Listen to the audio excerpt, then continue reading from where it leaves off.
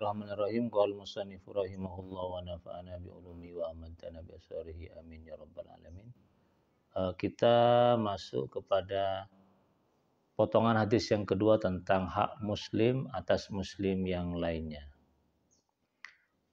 As-saniyah dan yang kedua, wa idza da'aka fa'jibhu. Kewajiban atau perintah Rasul kepada orang muslim yang kedua adalah apabila saudara kamu sama muslim itu mengundangmu atau memanggilmu fa'jibhu, maka wajib dijawab atau harus diterima, harus datang, begitu ya kalau diundang.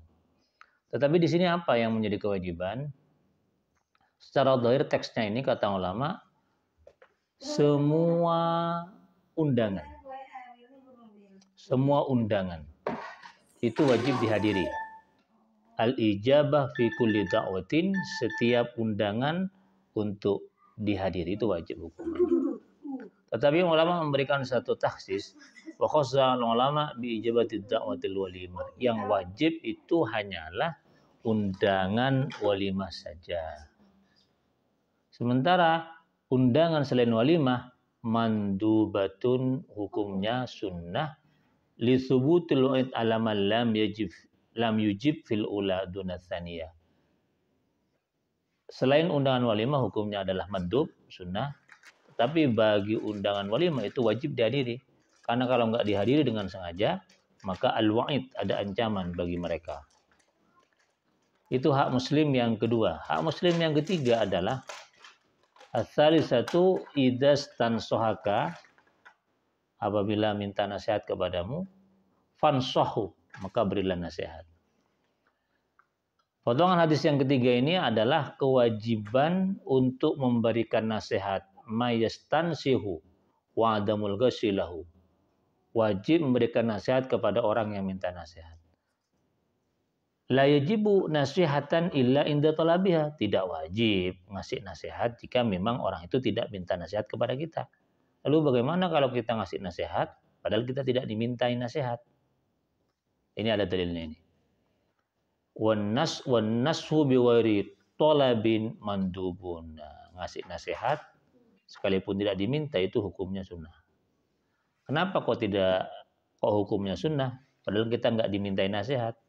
Minad dalalati al khairi wal ma'ruf, itu sebagai bukti bahwa nasihat itu bisa menjadi kebaikan kepada orang lain. Ar-rabi'ah yang keempat, hak muslim yang keempat. Idza atasa fahamidallah fasyamitu. Jika ada orang yang bersin lalu kemudian membaca alhamdulillah, maka kita diharuskan untuk mendoakannya. Itu tuh, mendoa.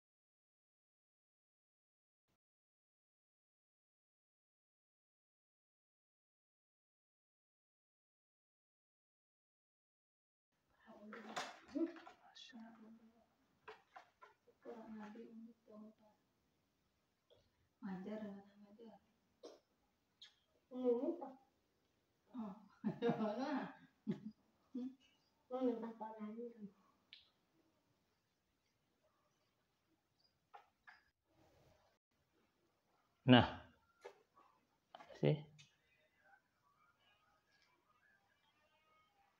ini menjadi bukti bahwa mendoakan orang yang bersin itu hukumnya adalah wajib. Di sini ada yang mengatakan wajib loh ya.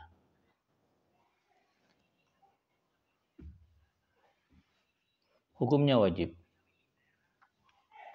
Tetapi kata Imam Nawawi, hukumnya mendoakan orang yang bersin lalu membaca alhamdulillah istihbab, sunnah. Wa qad jaa kaifiyatul hamdi wa kaifatut tashyin. Lah begini caranya mengucapkan alhamdu dan mendoakan. Wa kaifatu jawabul atis fi makhrajah. Nah, ini Nabi memberikan cara. Idza atasa ahadukum falyaqul alhamdulillah. Jika salah satu dari kalian itu bersin, maka bacalah alhamdulillah. Wal yaqul lahu akhuhu aw sahibuhu yarhamukallah. Yang mendengarkan orang yang bersin itu membaca alhamdulillah, maka dia harus membaca apa? Yarhamukallah. Maka kemudian yang bersin harus menjawab atau mendoakan juga kepada orang yang sudah bilang yarhamukallah itu apa? Yahdikumullahu wa yuslihu balakum. Jadi ketika orang bersin, alhamdulillah segala puji bagi Allah. Yang mendengarkan itu disunahkan, diharuskan mendoakan orang yang bersin itu dengan membaca yarhamukallah, semoga Allah merahmatimu. Nah, kemudian orang yang bersin itu juga turut mendoakan. Apa doanya? Yahdikumullahu wa yuslihu balakum. Semoga Allah menunjuki kamu, memberikan hidayah kepadamu dan memperbaiki keadaanmu.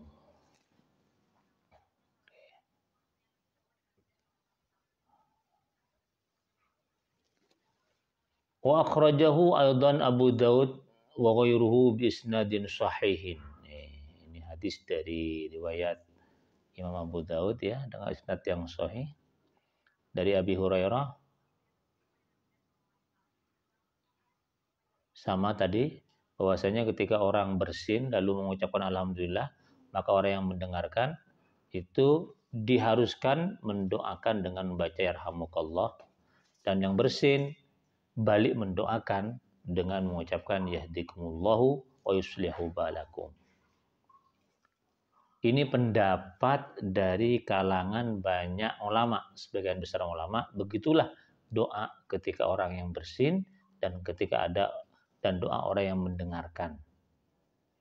Sementara bagi kalangan ulama-ulama Kufi, jawabannya itu bukan yarhamukallah tetapi yaghfirullahu lana walakum. Yaghfirullahu lana walakum. Hunda ini dibaca bagi orang yang bersin. Tadi kan yang bersin menurut pandangan sebagian besar ulama berdasarkan hadis di atas itu kan yahdikumullahu yuslihu balakum ini. Nah, menurut pandangan ulama Kufah, ini yang dibaca yaghfirullahu lana walakum. Wastadallu bi annahu akhrajahu At-Tabrani an Ibnu Mas'ud. Dalil yang digunakan oleh orang-orang Kufah, ulama Kufah adalah hadis riwayatnya Ibnu Mas'ud yang diriwayatkan oleh Imam Bukhari Muslim. Yang paling bagus apa? Ya takhayyar ay al-lafzaini wa qila yajma'u bainahuma. Ada yang mengatakan lah pilihlah salah satunya. Bilang yahdikumullahu wa yuslihu balakum atau langsung gabung keduanya. Yahdikumullahu wa yuslihu balakum wa yaghfirullahu lana wa lakum. Itu lebih bagus. Oke, itu tata cara ketika ada orang bersin dan bagaimana menjawabnya ketika si bersin itu menjawab atau mengucapkan alhamdulillah. Nah, bagaimana hukum mendoakan orang yang bersin yang membaca alhamdulillah? Di sini kalau kita mengikuti pendapatnya Imam Abu Dawud Al-Zahiri atau yang lebih dikenal sebagai pendiri madhab Al-Zahiriyah ila wujub at-tashmid, maka wajib hukumnya mendoakan orang yang bersin. Wajib hukumnya ya. Wajib.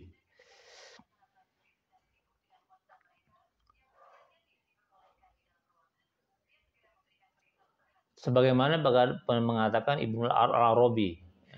Kata Ibnu Al-Arabi, wajib bagi setiap orang yang mendengarkan orang bersin, lalu orang itu mengucapkan alhamdulillah, semua orang yang mendengarkan wajib mendoakan dengan doa yarhamukallah.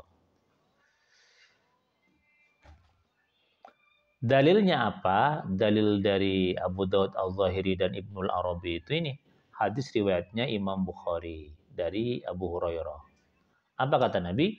Idza atasa ahadukum wa hamidallah kan haqqan ala kulli muslimin yasma'uhu ayyakula yarhamukallah.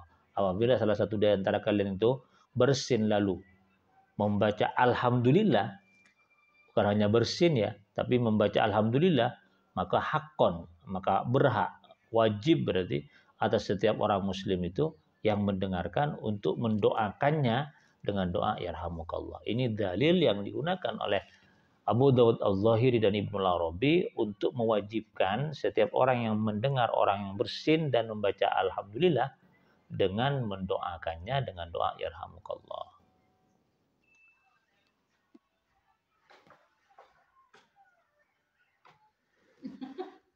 Ada satu riwayat penting nih ya.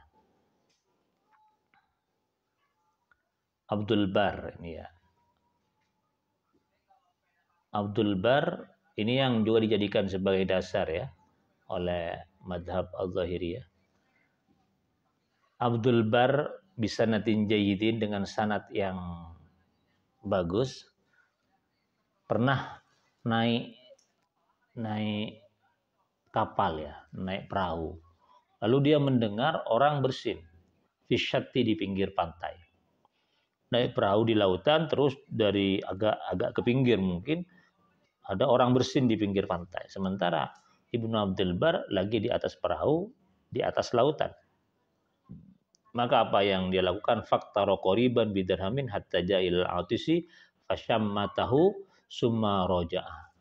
Maka Ibnu Abdul Bar itu menyewa orang, menyewa kapal ya atau menyewa kendaraan 1 dirham agar ia diantarkan kepada orang yang bersin yang ada di pinggir pantai itu. Nah, ketika dekat kepada orang yang bersin, dia mendoakannya. Kemudian setelah itu langsung dia kembali ke Safina, ke kapalnya lagi itu. Maka dia fasuila ditanya oleh orang-orang yang di atas kapal, ngapain ya? Kok repot-repot begitu ya? Ngapain kok ke sana gitu ya? Maka apa jawaban Ibnu Abdul Bar? La'allahu yakunu mujabud da'wati. Mujabad da'wati. Barangkali dia itu termasuk orang yang diijabah doanya. La'allahu yakunu mujabad da'wati. Barangkali dia itu termasuk orang yang diijabah doanya. Artinya orang yang bersin itu termasuk orang yang diijabah doanya. Artinya ketika bilang yarhamukallah kan orang yang bersin itu kan akan bilang yahdikumullah yuslihu balakum, itu kan doa. Ya, kata Ibnu Abdul Bar barangkali ketika si bersin itu bilang yahdikumullah yuslihu balakum, itu diterima oleh Allah Subhanahu wa taala. Itu kan kebaikan kepada Ibnu Abdul Bar itu sendiri. Falamma raqadu sami'u qailan yaqulu ahli safinah inna abadar istawal jannah minallahi bidirhamin intaha. Dan ketika orang-orang yang ada di kapal itu tidur, mereka itu mendengar sebuah suara. Suara itu mengatakan bahwa Ibnu Abdul Bar telah membeli surga dari Allah dengan 1 dirham yang dia pakai untuk mendekati orang yang bersin agar bisa mendoakannya.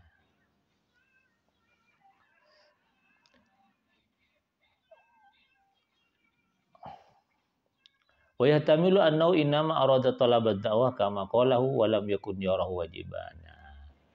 Di sini ada ulama yang mengatakan bahwasanya wa yahtamilu annahu arada talabad du'a kan kama qalahu wa lam yakun yarahu wajiban.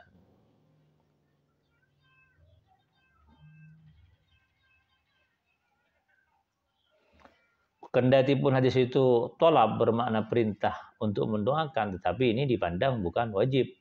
Sebagaimana qala Nawawi, yustahabbu liman hadra min atfalam yahmid ayyadzukurul hamdu liyahmida fasyamitu wa huwa min babin nasih. Lah ketika ini ada yang mengatakan wajib, ada yang mengatakan sunnah, sudah kan tadi kan ya. Nah sekarang ini disunahkan bagi orang yang mendengar orang bersin, terus yang bersin itu tidak mengatakan alhamdulillah, disunahkan bagi orang lain yang mendengar dia bersin itu mengingatkan agar membaca alhamdulillah.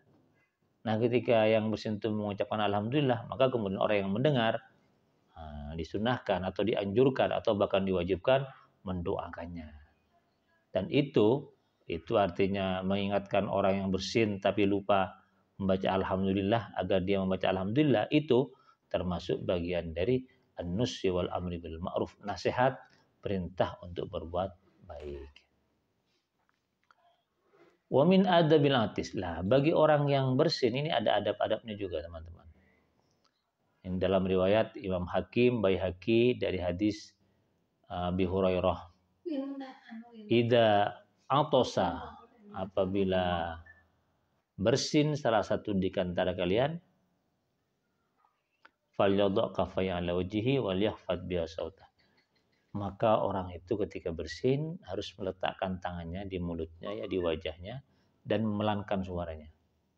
Kan biasanya orang bersin itu kan dengan suara nyaring. Maka diusahakan suaranya pelan dan wajahnya atau mulutnya ditutup. Itu adab itu. Itu sunnah hukumnya.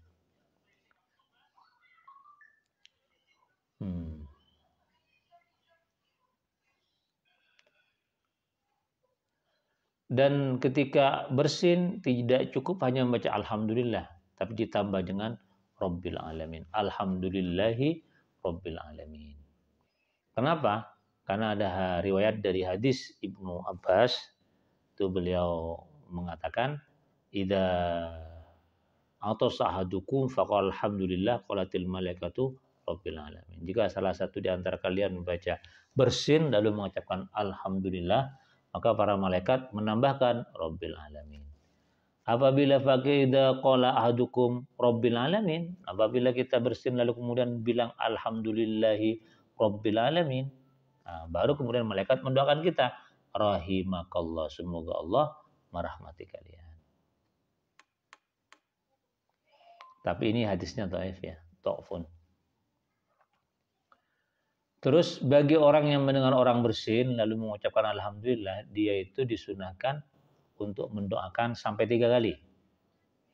Bersin 1 kali, bilang alhamdulillah, disunahkan yarhamukallah. Bersin lagi, bilang alhamdulillah, kita yang mendengarnya disunahkan alhamdulillah sampai 3 kali. Kalau lebih bagaimana? Idza karrara, jika berulang-ulang al-atas, bersinnya itu, maka enggak usah ditambah, enggak usah ditambah. Kenapa? Kata Nabi ya, hadis Abi Hurairah ini marfu hadisnya ini sampai kepada Nabi. Jika bersin lebih 3 kali, mazkum, dia itu demam, zukam, masuk angin dia itu. Wala yashmid ba'da thalas, maka tidak usah mendoakan setelah dia 3 kali bersin. Karena kalau sudah lebih 3 kali, berarti dia bersinnya bukan bersin biasa, tapi bersin karena penyakit.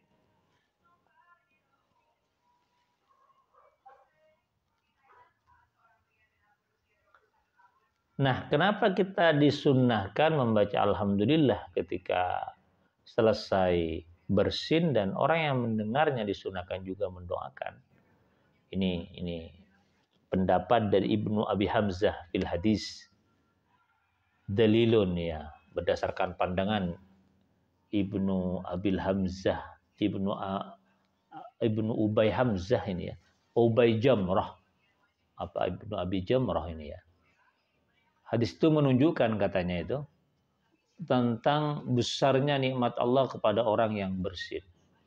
Kenapa?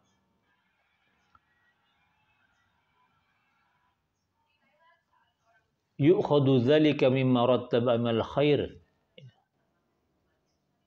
Wa fi syaratun ila azami fadlillahi ala abdihi. Kenapa?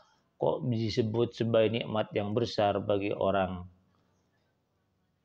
yang bersin, ya, bersin itu termasuk nikmat yang besar. Karena ketika bersin dia mendapatkan kebaikan yang banyak. Apa kebaikannya? Ada bahaya yang Allah hilangkan. Fa innahu adzhabu anhu ad-darar. Menghilangkan bahaya dari tubuh orang yang bersin itu. Maka kemudian Allah mensyariatkan agar orang yang bersin itu, karena sudah bahayanya dihilangkan oleh Allah, mengucapkan alhamdulillah. Dan ketika dia mengucapkan alhamdulillah, yusabu alaihi, dia diberi pahala. Karena dia sudah mengucapkan alhamdulillah, berarti dia mensyukuri nikmat Allah, maka orang yang mendengarkan apa? Mendoakan bil khairi. Kalau dia bersin tidak bilang alhamdulillah, berarti dia nggak bersyukur. Yang mendengarnya dia bersin, nggak perlu dong mendoakan kebaikan, nggak bersyukur dia.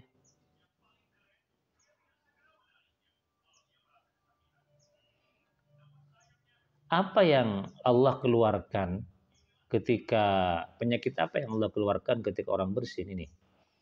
Bikhurujil abakhirah, mengeluarkan apa ya? Semacam sesuatu yang kental ya.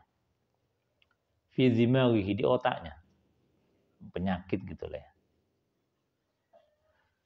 Allati law bagiyat fi ahdasat adwa'u usrah. Jika tetap ada di otaknya itu, lendir-lendir itu, maka yang terjadi adalah adwa, penyakit-penyakit yang sulit untuk disembuhkan. Karena itulah ketika orang bersin, berarti penyakit di otaknya oleh Allah keluarkan, syara'a lahu hamdan lillah, maka Allah kemudian mensyariatkannya dia untuk bersyukur kepada Allah. Yang kedua apa lagi?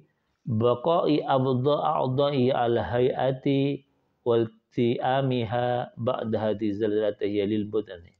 Yang kedua nikmat Allah yang diberikan kepada orang yang bersin, ketika orang bersin dan selesai bersin, tubuhnya utuh. Ini. Tubuhnya utuh. Padahal ketika bersin, dia seperti zalzalah. Tubuhnya seperti zalzalah, kena goncangan, gempa. Kazalzalatil ardi, seperti gempa bumi. Hosim itu kan seluruh tubuh bergetar. Tapi kan enggak ada yang lepas anggota tubuh kita. Padahal baru kena gempa yang luar biasa. Itu juga nikmat. Nah, oke, itu alasan kenapa kita harus bersyukur ketika selesai bersin. Nah, dari hadis itu dipahami annahu la yushammatu ghairul muslim kama arafta. Dan maka orang yang muslim itu tidak didoakan ketika bersin, nggak usah, karena termasuk hak orang muslim kepada muslim yang lain. Dan muslim nggak dapat. Ada sebuah riwayat ini bahwasanya ada orang Yahudi, ya ta'atosuna, pura-pura ini, pura-pura bersin inda Rasulillah, di sisi Rasulullah. Apa tujuannya? Yarjuna ayyakula lahum yarhamukallah. Tujuannya agar Rasulullah itu mendoakan mereka, yarhamukallah, semoga engkau wahai orang Yahudi dirahmati oleh Allah. Ternyata Nabi enggak bilang yarhamukallah, enggak bilang yarhamukumullah, tapi yang Nabi bilang apa? Yahdikumullah wa yuslihu balakum, semoga Allah memberikan hidayah kepada kalian orang Yahudi. Hidayah. Fa fi dalilun annahu yuqalu lahum dzalika walakin idza hamidu. Nah, ini juga dalil ya bahwa mereka ayyuqala, hendaknya dikatakan kepada mereka dzalika, hal tersebut, walakin, akan tetapi idham itu apabila mereka membaca alhamdulillah. Oh, jadi berarti boleh dong ya. Boleh mengucapkan yarhamukallah. Boleh mengucapkan yahdikumullah yuslihu balakum, ya bukan yarhamukallah. Kalau orang non muslim itu membaca alhamdulillah. Demikian dulu ya, kita lanjutkan untuk yang nomor 5. Hak muslim atas muslim yang lain nomor 5. Allahu a'lam bishawab.